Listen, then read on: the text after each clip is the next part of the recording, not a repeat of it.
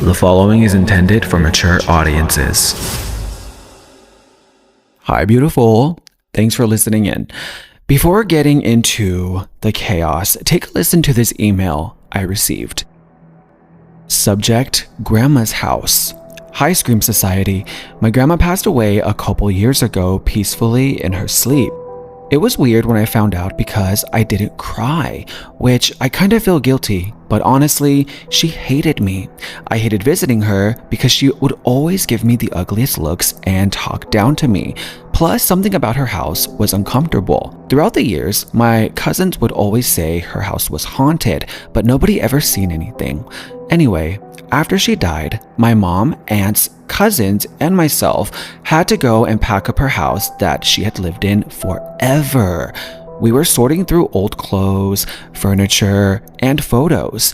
On one of the days, I opened this little drawer in the corner of her bedroom.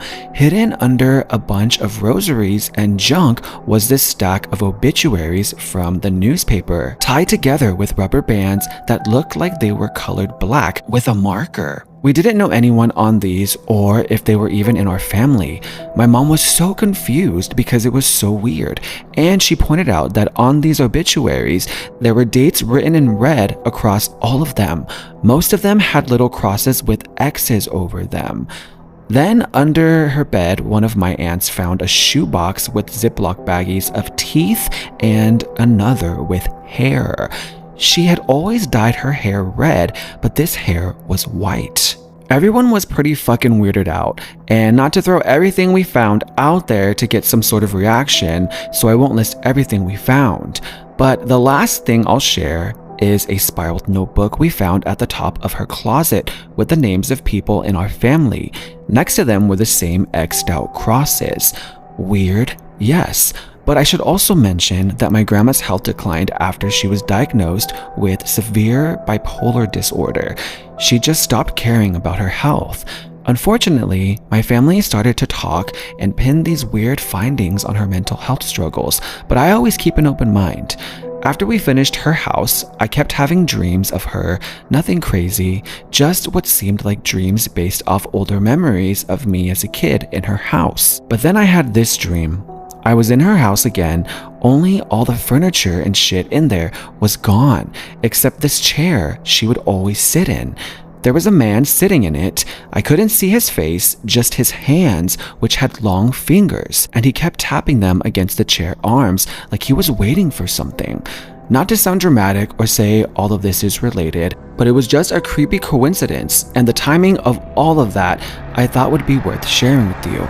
So, what do you think my grandma was hiding? Welcome to a world where darkness and mystery converge. Navigate the depths of horror and true crime and join a society beyond the ordinary, where buzzworthy topics, paranormal tales, and listener-submitted experiences blend into a realm of the unknown. You have crossed into a place where the unusual and the terrifying are just the beginning. My name is Ralph Anthony, and welcome to the Scream Society podcast.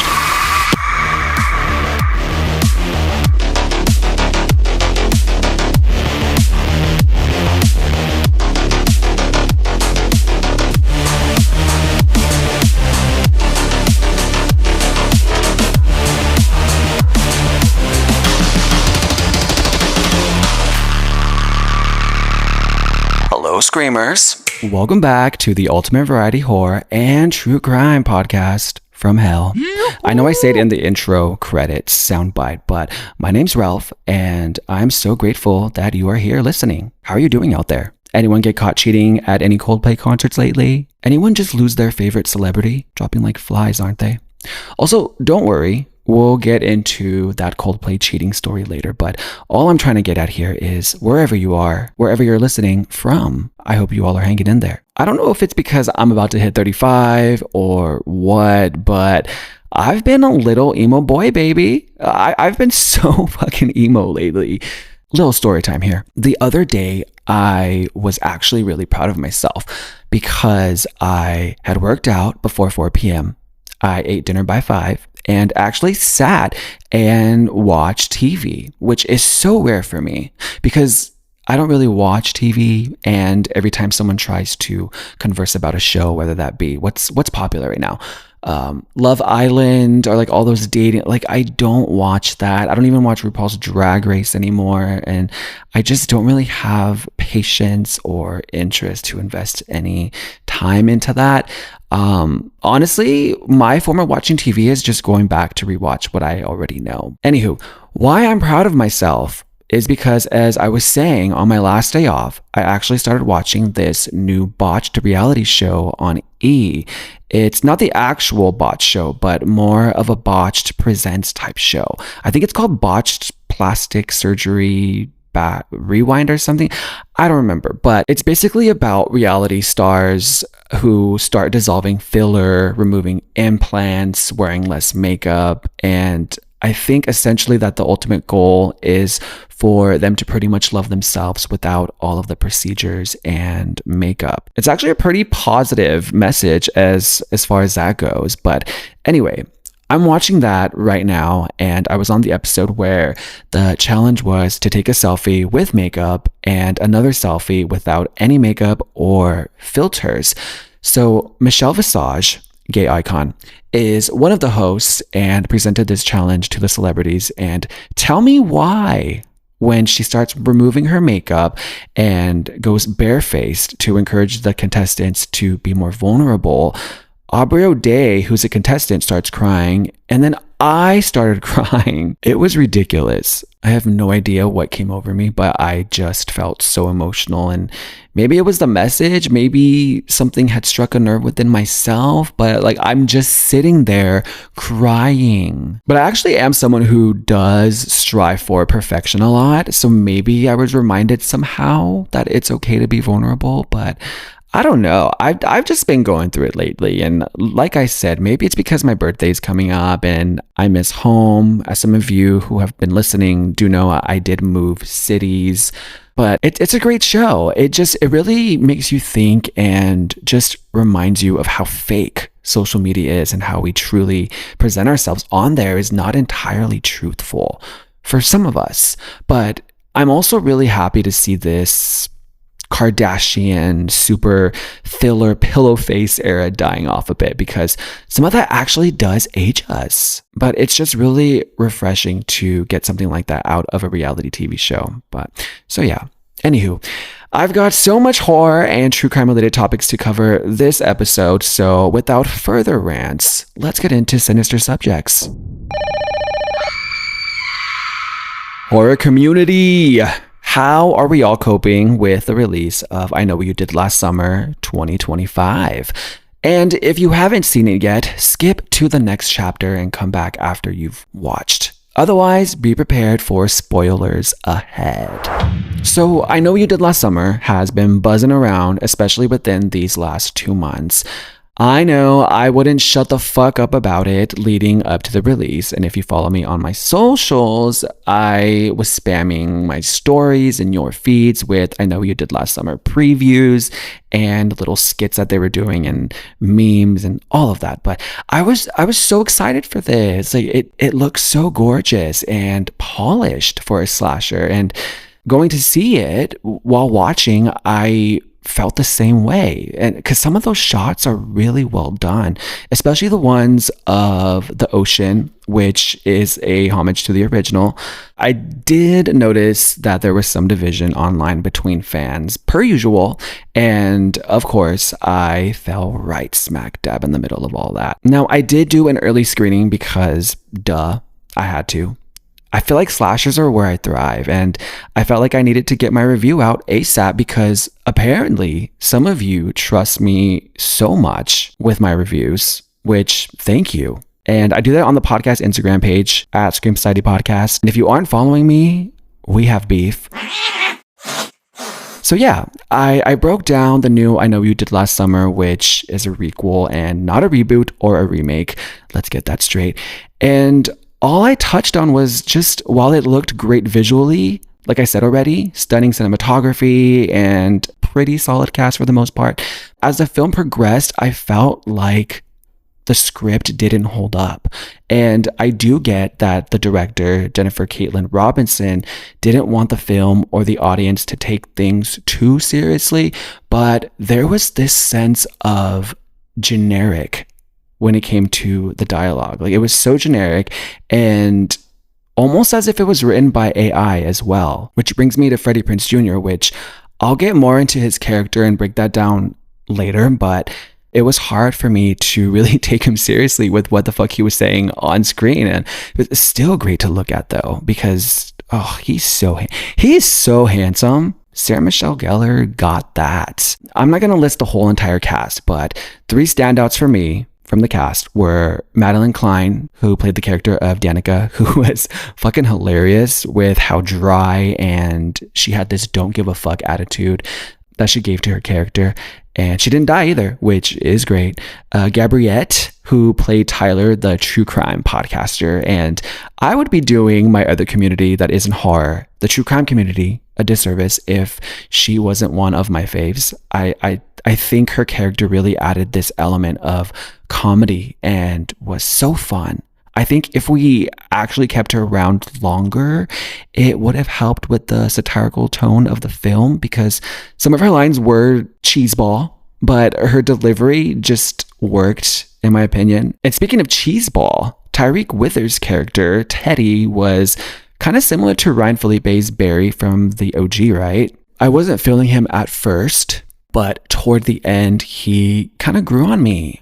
And then he died. Also, I'm so looking forward to see how he does in that upcoming film, Him, like a demonic football supernatural horror film, but it looks great. To me, everyone else was just okay. The lead was okay. She was way stronger than Julie James from the original, which brings us to Jennifer Love Hewitt's return to the franchise. She did great. She did some questionable things though. Like, why doesn't she have a gun? Sidney Prescott would never answer the door with scissors. Also, why did she just stand there at the end? She didn't try to grab anything to fight back. She just screamed, "What are you waiting for?" But I did like the modern updates, like the inclusion, like I said, of true crime podcasters and the technology. I did feel like it dragged on a little bit with some unnecessary filler scenes. The film does great at staging corpses though, but doesn't show the carnage, really. There's a few scenes where it does, but where it thrives here is the staging, where the killer like sets them up after they've already killed them and stages them to look creepy and scary. The killer, everyone, the killer this time around looked scary and brought this dread feeling whenever they were on screen. And that's going to lead us right into Ray. And spoiler alert, Ray, Freddie Prinze Jr.'s character, is one of the killers. You wanted to shock us, and I was shocked. Maybe it was just Freddie Prinze Jr.'s execution that took me out of it, right? But did anyone else feel like he held back? Like, I didn't believe what he was saying. Now, as for the other killer, because there are 2 killers in this, which that part was giving Scream 5, but the character of Stevie, her motive was pretty lame. Basically, she wants revenge because the guy they accidentally ran off the road was her rehabilitation friend trying to help her before he died. So she wants revenge, but she was with the friend group when they accidentally killed him. So I'm not really sure why she wants revenge, because wasn't she part of it as well? But I don't know. Ray shot her off the boat to mislead us, but she's apparently still alive, and we'll see her in the next film. Now, as for Ray's motive, it revealed that he followed Ben's footsteps, the killer from the original, and took Stevie as his partner. Again, Scream 5, Richie and Amber, hello. And now seeks revenge on Southport for his life's ruin over the 1997 killings. But then he gets stabbed and killed by a spear gun. I do have to talk about 2 really important cameos. One cameo is that of Sarah Michelle Gellar, who played the role of Helen Shivers back in the original film and unfortunately was killed off. And yeah, they decided to bring her back in this film via Danica's dream sequence, which for the most part works. I was gagged because Sarah Michelle Gellar is a gay icon. Helen Shivers is a gay icon. She's that girl. All the gays love her. If you ask most gay horror fans who their favorite character is from any horror, their answer is going to be Helen Shivers. And I was excited. When she was on screen, she was mothering. She looked gorgeous, and whatever airbrush CGI they did to her face, they didn't really need to do it, because did y'all see her on the red carpet? She looked absolutely stunning at the premiere. And my only gripe with that scene is when they did the zombie CGI thing on her face towards the end of the dream, which other than that, the scene was great. But what really saved the film for me and kind of punched me in the gut, reminding me, have fun, bitch. Don't take it too seriously. It's a horror slasher. Like, what are you doing? And it was because of that post-credit scene where we see Brandy, who played Carla in the second film, I Still Know What You Did Last Summer. And can we all just agree that she looks absolutely amazing? She has not aged. So yeah, the scene is showing her at her house. She gets a visit from Julie, who basically tells her that it's not over. There's still a killer out there.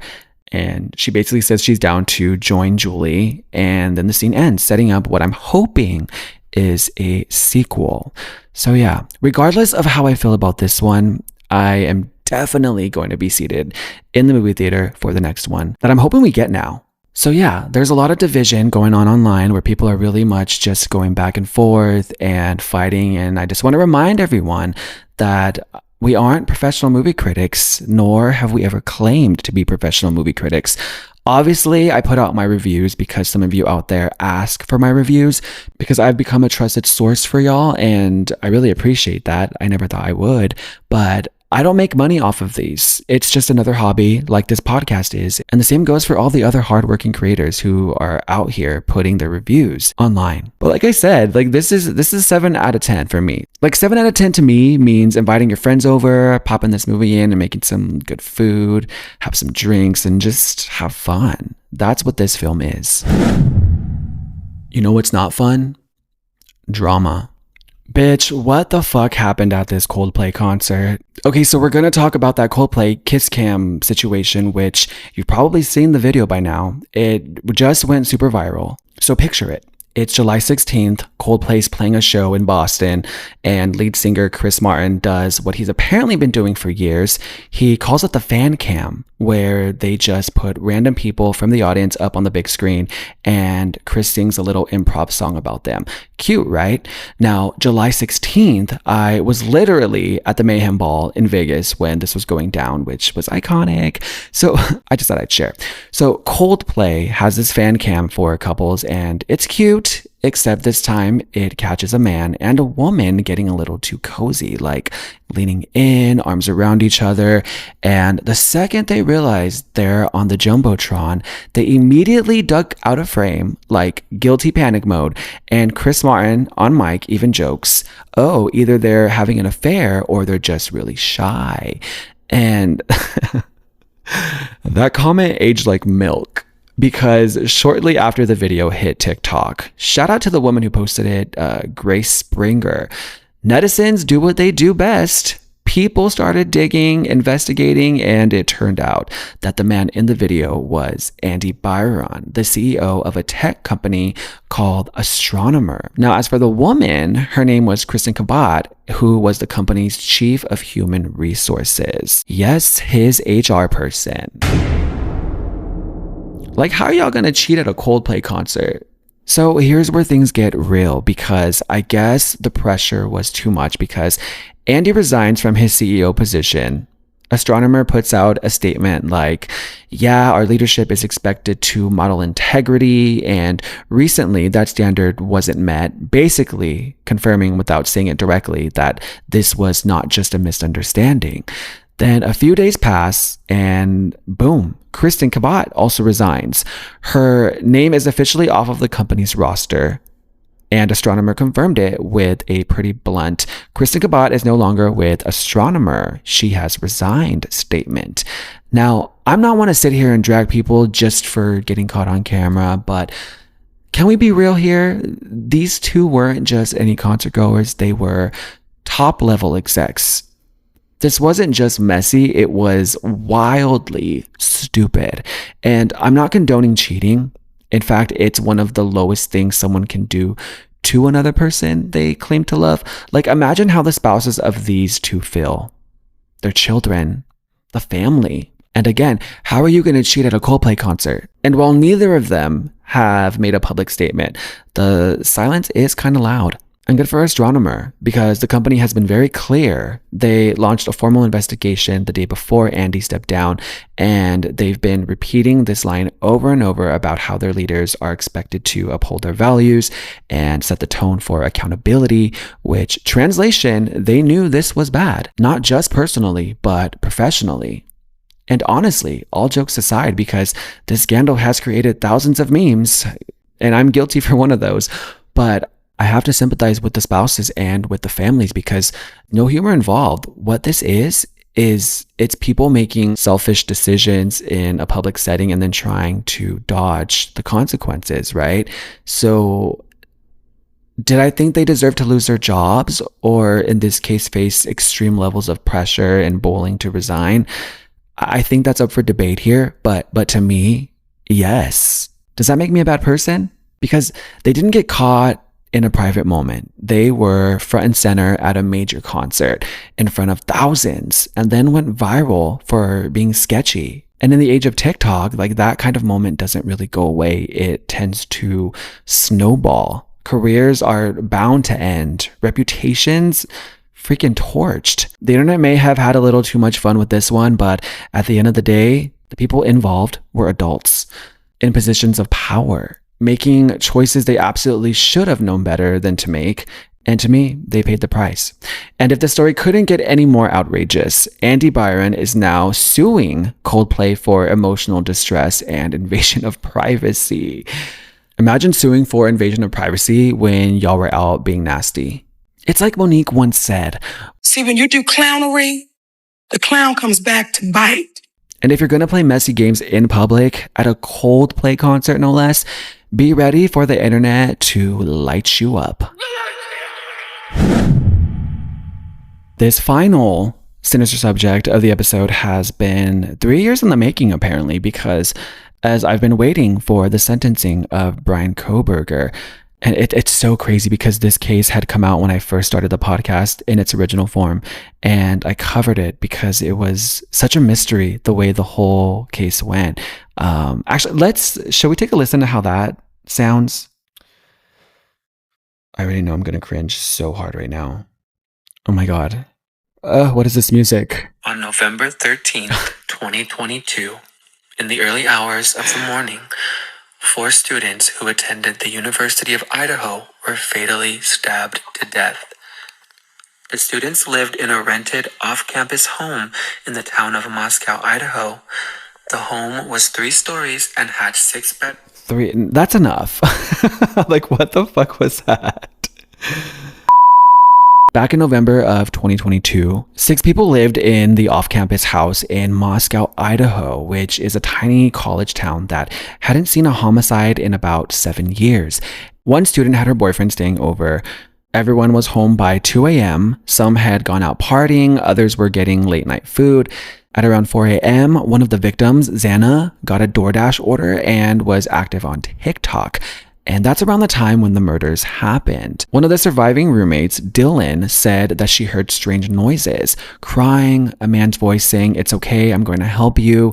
Then she saw a man in black wearing a mask walk past her and out the door.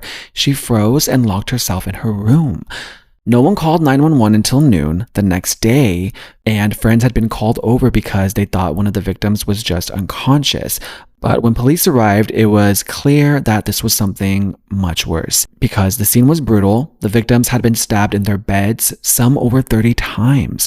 No forced entry, nothing was stolen. And from there, the hunt for the killer began. And what made this case blow up online was just how bizarre and confusing it all was. And at first, netizens and people all over were obsessed with the 2 surviving roommates pointing fingers and fueling these wild theories, but none of that led anywhere. Police never considered them as suspects. Police had almost nothing to go on. No murder weapon, no clear suspect. But then they start looking at surveillance footage near the house and catch a white Hyundai Elantra circling the area several times around the time of the murders. Now, as for the car, that ends up being registered to Brian Kohberger, who is a 28-year-old PhD criminology student at Washington State University, that is just 10 miles away. They track his cell phone records, pull DNA off a knife sheath left at the scene, and match it to DNA from Kohberger's trash at his parents' house in Pennsylvania. That's how they caught him, through forensics, surveillance, and good old detective work. Now, he was arrested on December 30th, 2022, over 2,000 miles away, and from then until now, the trial has been ongoing. And still, to this day, no motive has been given. Now, after all the speculation, TikToks, Reddit theories, podcast episodes from true crime hosts, and hours of coverage, Brian Kohberger stood in a courtroom in Boise, Idaho on July 23rd, 2025, wearing an orange jumpsuit and hearing the families of his victims pour their hearts out. And instead of going to trial, he pleaded guilty earlier in July as part of a plea deal to avoid the death penalty. In exchange, he was sentenced to 4 life sentences without parole, plus an extra 10 years for burglary, and let's not forget the $50,000 fines for each count, plus civil penalties for the families. Well deserved. During the hearing, over a dozen impact statements were read. We heard from the 2 surviving roommates, Bethany and Dylan, who described the lasting trauma and fear they still live with, families of each victim, Kaylee Goncalves, Madison Mogan, Ethan Chapin, and Xana Kernodle. And what the families of each one of those victims had to say was just truly heartbreaking, because the parents shared stories, letters, memories. Maddie's dad even read the last card she ever gave him. Kaylee's sister looked Kohberger right in the eyes and told him no one was scared of him anymore. Xana's aunt said she had forgiven him. Others told him to rot, and still, he said nothing. Now, I have never been more satisfied with the treatment of a murderer than this one. And I want to share this iconic statement made by Kaylee Goncalves' sister, Olivia Goncalves. Take a listen. I won't stand here and give you what you want. I won't offer you tears. I won't offer you trembling. Disappointments like you thrive on pain, on fear, and on the illusion of power. And I won't feed your beast. Instead, I will call you what you are: sociopath, psychopath, murderer. I will ask the questions that reverberate violently in my own head, so loudly that I can't think straight most any day. Some of these might be familiar, so sit up straight when I talk to you. How was your life right before you murdered my sisters? Did you prepare for the crime before leaving your apartment? Please detail what you were thinking and feeling at this time. Why did you choose my sisters? Before making your move, did you approach my sisters? Detail what you were thinking and feeling. Before leaving their home, is there anything else you did? How does it feel to know the only thing you failed more miserably at than being a murderer is trying to be a rapper? Did you recently start shaving or manually pulling out your eyebrows? Why November 13th? Did you truly think your Amazon purchase was untraceable because you used a gift card? How do you find it enjoyable to stargaze with such a severe case of visual snow? Where is the murder weapon? The clothes you wore that night? What did you bring into the house with you? What was the second weapon you used on Kaylee? What were Kaylee's last words? Please describe in detail the level of anxiety you must have felt when you heard the Bearcat pull up to your family home on December 30th, 2022. Which do you regret more? Returning to the crime scene 5 hours later, or never, ever going back to Moscow, not even once, after stalking them there for months? If you were really smart, do you think you'd be here right now? What's it like needing this much attention just to feel real? You're terrified of being ordinary, aren't you? Do you feel anything at all? Or are you exactly what you always feared? Nothing. If you're so powerful, then why are you still hiding, defendant? You see, I'm here today as me, but who are you? Let's try to take off your mask and see. You didn't create devastation. You revealed it in yourself. And that darkness you carry, that emptiness, you'll sit with it long after this is over. That is your sentence. And it was written on the wall long before you ever pled guilty. You didn't win. You just exposed yourself as the coward you are. You're a delusional, pathetic, hypochondriac loser who thought you were so much smarter than everybody else, constantly scolding, turning your nose up to grammar mistakes, nitpicking and criticizing others. You wanted so badly to be different, to be special, to be better, to be deep, to be mysterious. You found yourself thinking you were better than everyone else, and you thought you could figure out the human psyche and see through it, all while tweaked out on heroin. Lurking in the shadows made you feel powerful because no one ever paid you any attention in the light. You thought you were exceptional, all because of a grade on a paper. You thought you were elite because your online IQ test from 2010 told you so. All of that effort just to seem important. It's desperate. There is a name for your condition, though. Your inflated ego just didn't allow you to see it. Wannabe. You act like no one could ever understand your mind, but the truth is you're basic. You're a textbook case of insecurity disguised as control. Your patterns are predictable. Your motives are shallow. You are not profound. You're pathetic. You aren't special or deep, not mysterious or exceptional. Don't ever get it twisted again. No one is scared of you today. No one is intimidated by you. No one is impressed by you. No one thinks that you are important. You orchestrated this like you thought you were God. Now look at you, begging a courtroom for scraps. You spent months preparing, and still all it took was my sister in a sheath.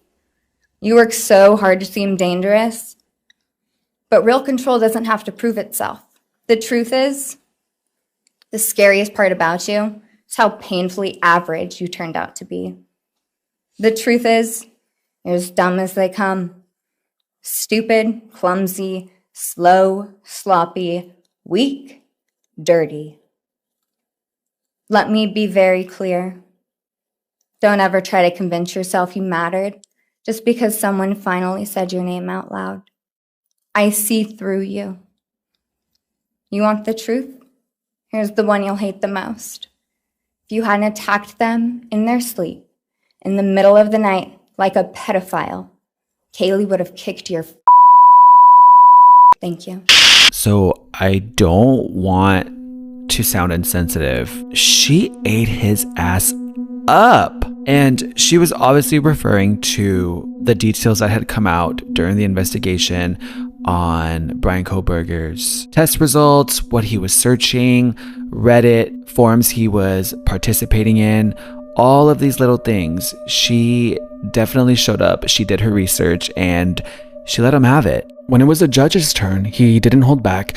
He called Kohberger a faceless coward and said that there is no reason for these crimes that could approach anything resembling rationality. Then just like that, the sentence was read. 4 consecutive life sentences, no parole, no more courtroom appearances, no more spotlight. And the judge said it loud and clear. Time to end his 15 minutes of fame. Welcome into Terrifying But True, the segment where I choose one random true crime or paranormal case and do a little deep dive on it.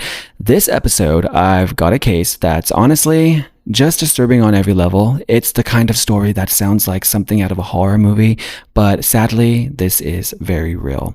I'm talking about Elise Marie Paylor, a 15-year-old girl from Arroyo Grande, California, who in 1995 was brutally murdered by 3 teenage boys. And what makes this case so unsettling is the motive behind it.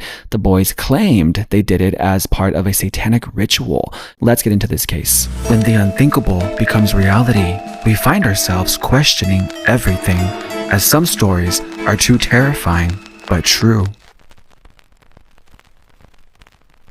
So Elise Paylor, she was just 15 years old, living in Arroyo Grande, California. People who knew her described her as full of life. She had this creative energy about her, super into fashion, dramatic in the best way, like always putting together her own outfits and sewing her own dresses. She went to Arroyo Grande High School, and that's where she crossed paths with 3 boys, Royce Casey, Jacob DeLashmet, and Joseph Fiorella. Now, these boys had their own little world going on. They were obsessed with heavy metal, specifically the band Slayer, and they had formed their own death metal band called Hatred. And this wasn't just kids playing music in the garage. One of them, Fiorella, was really deep in it. He was studying Slayer lyrics like they were some kind of religious text. And somewhere along the line, he got it in his head that killing someone, specifically a virgin, would help them gain some kind of satanic power that would make them better musicians. And I wonder if Jennifer's body had pulled some inspiration from this case, because it sounds awfully familiar.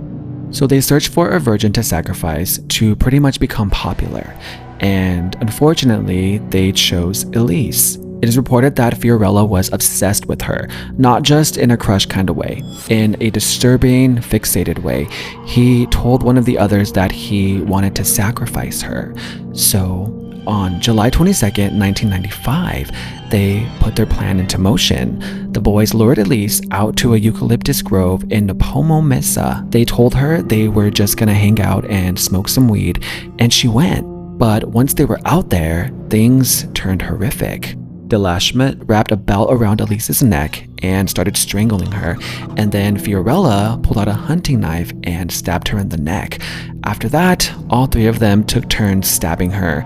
She was moaning on the ground, still alive, and then Casey had stomped on the back of her neck.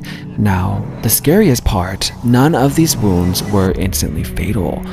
Elise slowly bled to death while they stood there. And as if that wasn't horrifying enough, they had talked about sexually assaulting her after killing her. One of them even started to pull down her pants, but Casey apparently said no and convinced them to leave.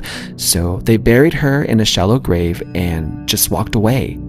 Her body wasn't found for 8 whole months. It wasn't until Royce Casey, the one who had stomped on her neck, started to feel guilty or scared and confessed everything to a pastor. The pastor went to the police and Casey led them right to where they had left her body. By the time investigators got there, Elise's remains were partially mummified. It was so decomposed, they couldn't even confirm whether she had been sexually assaulted or not. All three boys were arrested and charged with multiple counts: murder, conspiracy to commit murder, conspiracy to commit rape, and kidnapping. In court, prosecutors described this as one of the most brutal murders the area had ever seen.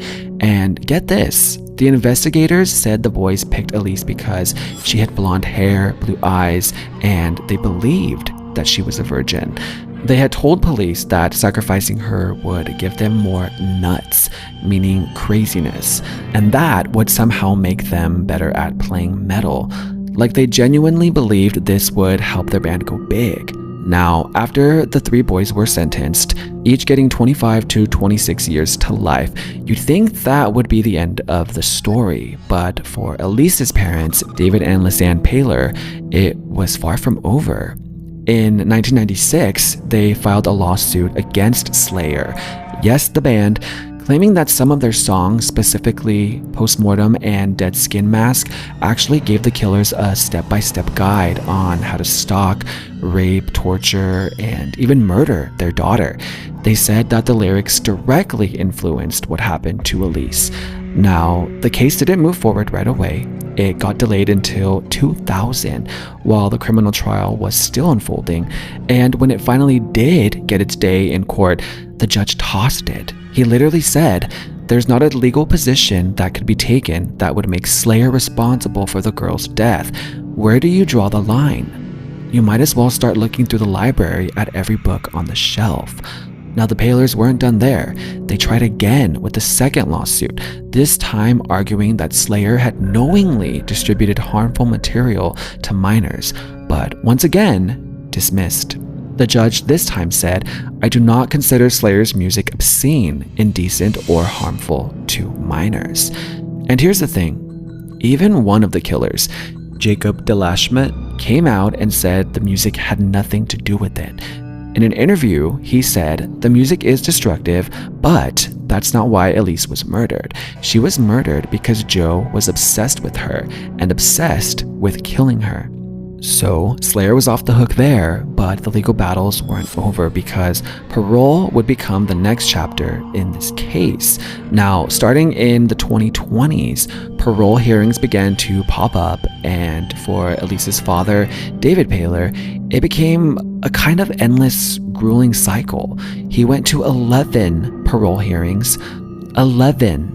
Mostly for Royce Casey, who started expressing remorse and was denied multiple times, including one by Governor Gavin Newsom in 2021. But then in June 2022, a Superior Court judge overturned the denial and actually granted Casey parole, only for the California Court of Appeal to reverse it again.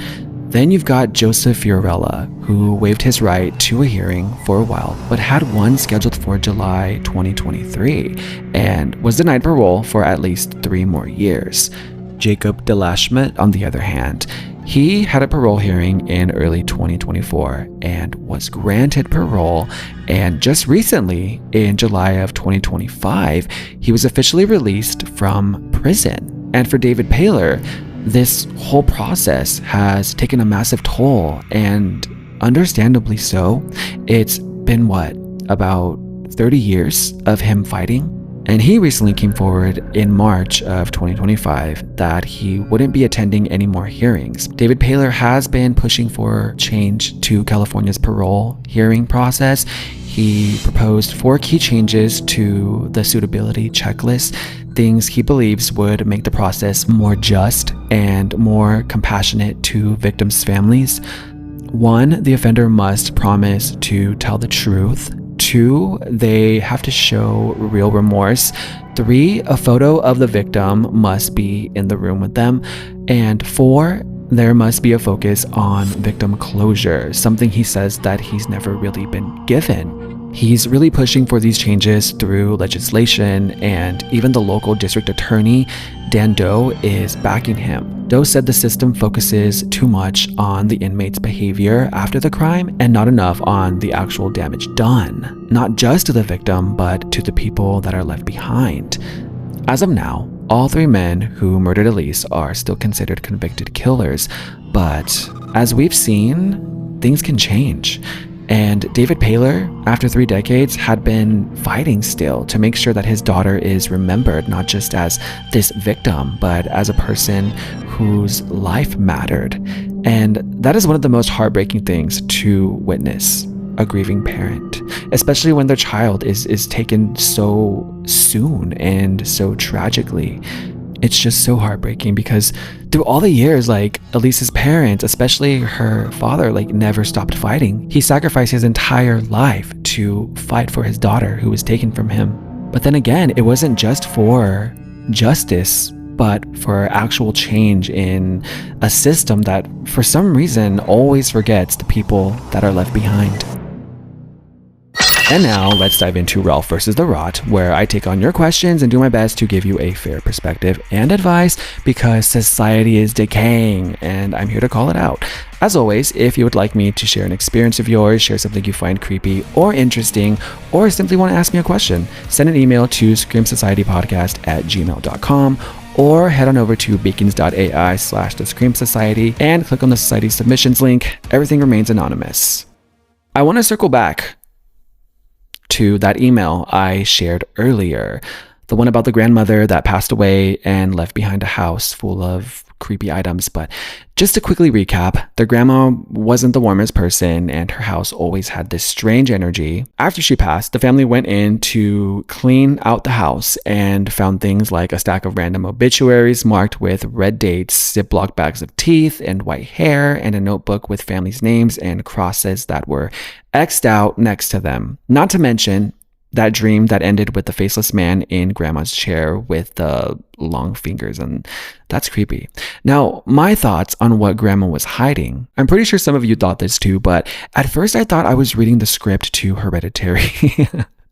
Right? If you watched Hereditary, you know what I'm talking about. Also, if you watched Hereditary, I would say your grandma is in a cult.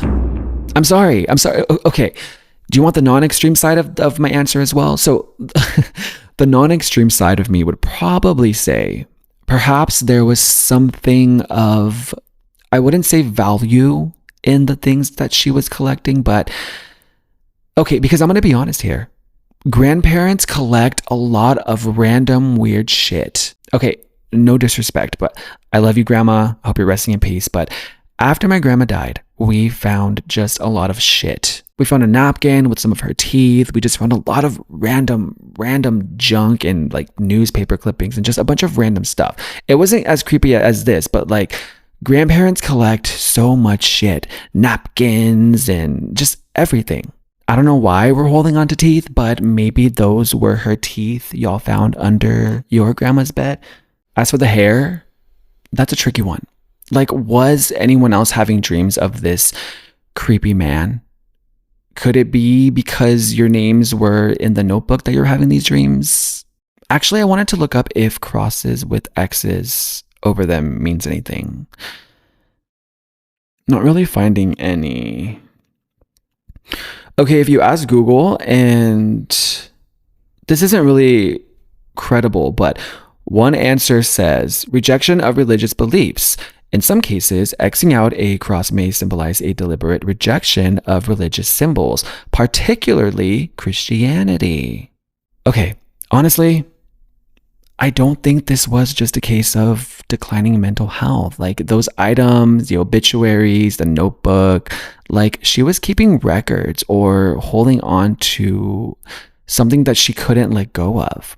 So was she hiding something? Maybe. My best advice to you, I would say, is I wouldn't dwell on it too much. Hello, Mr. Scary Spice. Ralph, I'm going to be spending my fall binging classic scary movies I've never seen.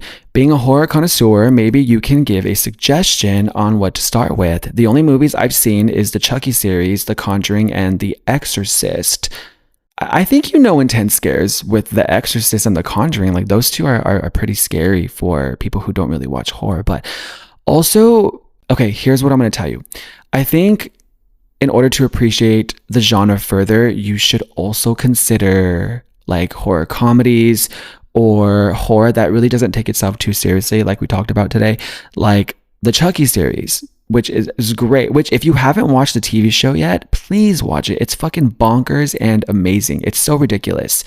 Jennifer's Body, which is a great horror comedy about a succubus, and Megan Fox is flawless in it. Also, Cabin in the Woods is really fun and pays homage to so many horror films. It's basically a love letter to horror. Obviously, I would have to say the Scream franchise, duh, because the original two, I think, were scary and suspenseful. What's another one? The Strangers from 2007, not the newer ones, from 2007, is genuinely terrifying.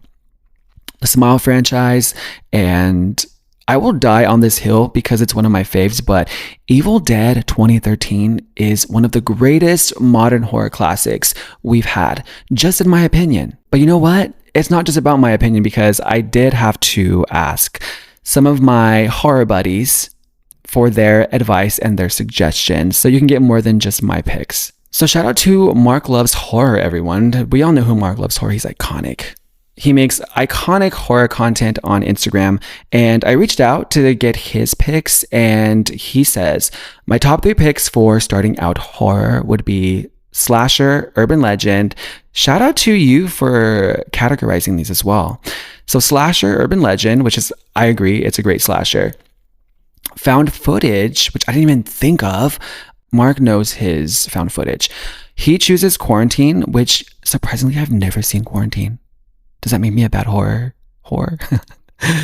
Anyway, moving on. And Creature Feature, Anaconda with Jennifer Lopez and Ice Cube. I haven't seen that movie in so long, but I remember I used to be terrified of it as a child. That one's really fun. These are great picks, Mark. Now he follows that with, I recommended films from a different genre to give the viewer a fun experience, exploring the different types of horror, which I totally agree with. So make sure to check out Mark Loves Horror page. I'm telling you, it's so fucking good. He was on the podcast earlier this season. Make sure you check out that episode. Moving on to some other horror experts here, I reached out to another gay horror pod, which is hosted by Stuart and Jesse, and they had some really good picks as well. So okay, I always say Hocus Pocus is a good, more comedic with horror themes. Then I do like a Poltergeist. Okay, Hocus Pocus is a must. That is like level 0 getting into the horror genre. It's a Disney film, but it's also spooky. So if you are just getting into the like spooky vibes, the spooky genre, Hocus Pocus is probably your first stop. Okay, so great pick there. Poltergeist also. Did you know that I didn't know that Poltergeist was PG? It's rated PG, and all this time I thought it was like PG-13. There's some pretty like scary scenes in that film that I would never have thought it was PG. But yeah, great film, Steven Spielberg. They also continue, then maybe Scream, of course, or Halloween or Friday the 13th. So yeah, big shout out to those creators. Check them out. Another Gay Horror Pod on Instagram. Support the gays. Like one thing I have been loving is the gay podcasters. Like, it's fucking great. Support your LGBTQ plus creators out there. All right, before wrapping up, I just want to say thank you so much for listening. I'm not going on a hiatus. I am just recognizing that the Scream Society will be turning 1 year old.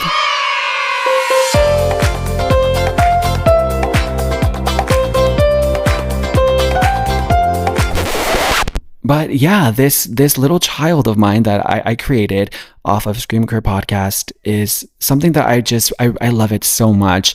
It's just been a place for me to really express myself creatively, and I think I've really created something like really fucking great here. Like, yeah, is it a mess? Of course. Is it all over the place? Do I cover a bunch of different topics like some people have criticized? But I don't give a fuck.